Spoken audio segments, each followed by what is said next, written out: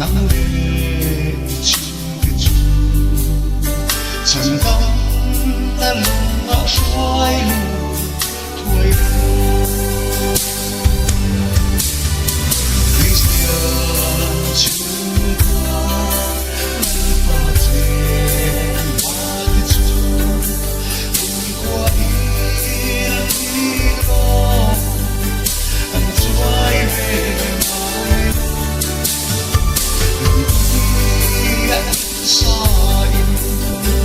anh nhìn về lại chợt buồn nắng in lên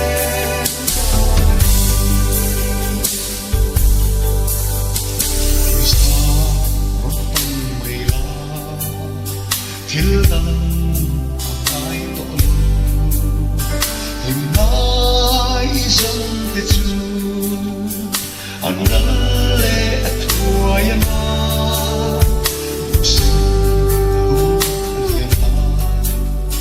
chẳng tâm cần lá ni lô thì gió thấp hàn gió khen mai vì xưa chiều qua nắng tỏa trên lá chu cùng qua đi lo anh trôi về xa anh nhìn về ngoài chợt buồn nắng in lên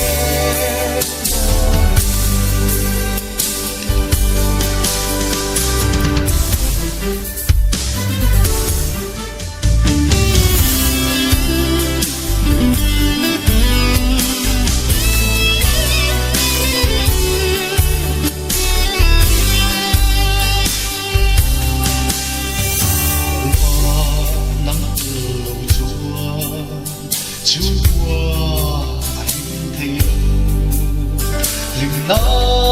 kim ba đi lâu rồng sương